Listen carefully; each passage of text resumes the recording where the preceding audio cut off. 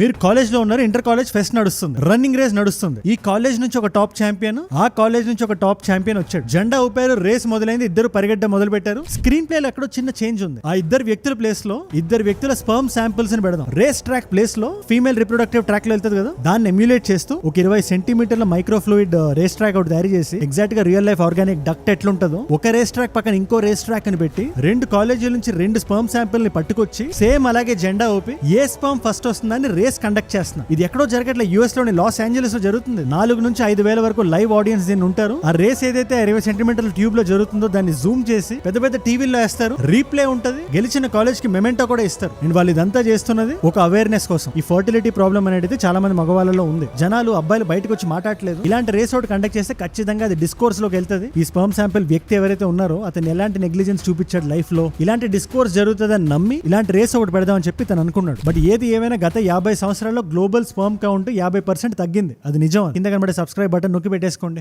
Done.